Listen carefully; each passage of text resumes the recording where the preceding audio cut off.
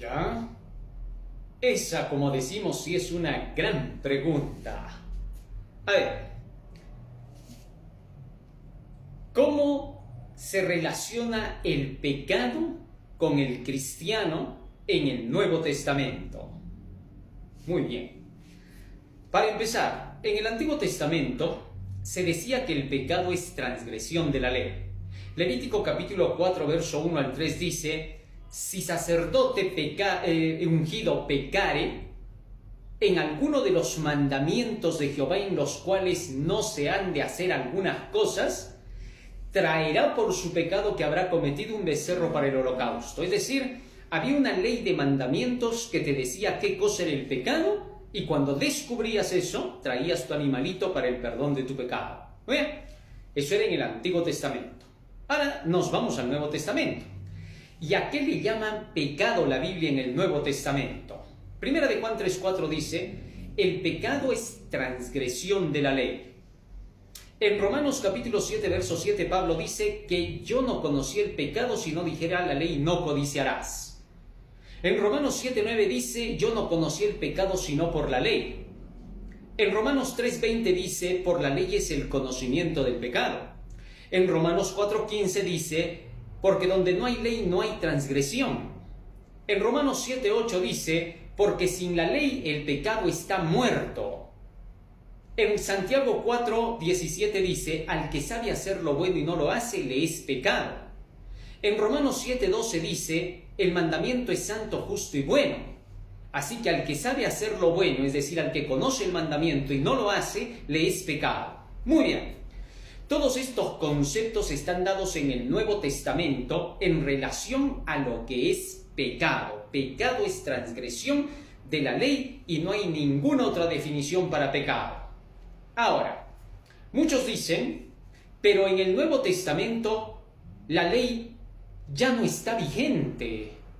Eso era para el Antiguo Testamento, en el primer pacto. Muy bien. Ahora tenemos, dicen, la ley de Cristo. Ya está.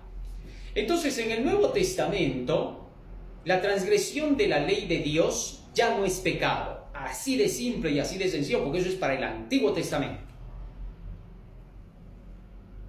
¿Hay algún texto en el Nuevo Testamento que diga: la transgresión de la ley de Cristo es pecado? ¿Cómo conocer el pecado en el Nuevo Testamento? Dímelo.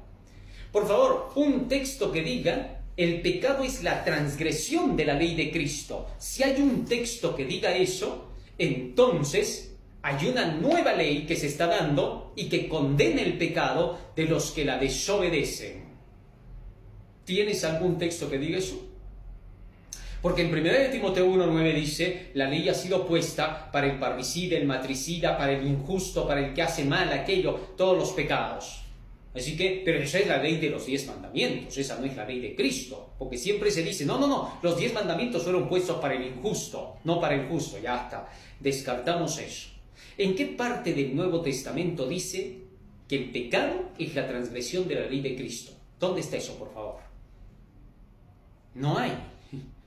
El apóstol Pablo hace mención diciendo: no heredarán el reino de los cielos ni los fornicarios, ni los hechiceros, ni los adúlteros. Pero no ha dicho ahí que el pecado es transgresión de la ley. Solamente dice: no heredarán. Pero eso lo sabemos desde el Antiguo Testamento, que esa lista de pecados que él da ahí son las de la transgresión de la ley de los 10 mandamientos. A un lado con todo eso, en el Nuevo Testamento, entonces, ¿qué cosa es el pecado?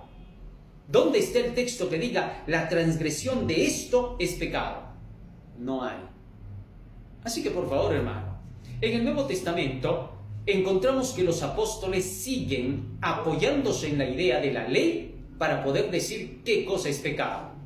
Pablo no hablaría del perdón del pecado y la justificación por la fe si no pusiera como base la ley.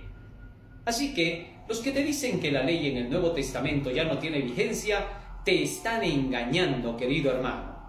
Estudia más tu Biblia por ti mismo. Olvídate de toditos esos grandes predicadores populares que te han dicho cosas que no son.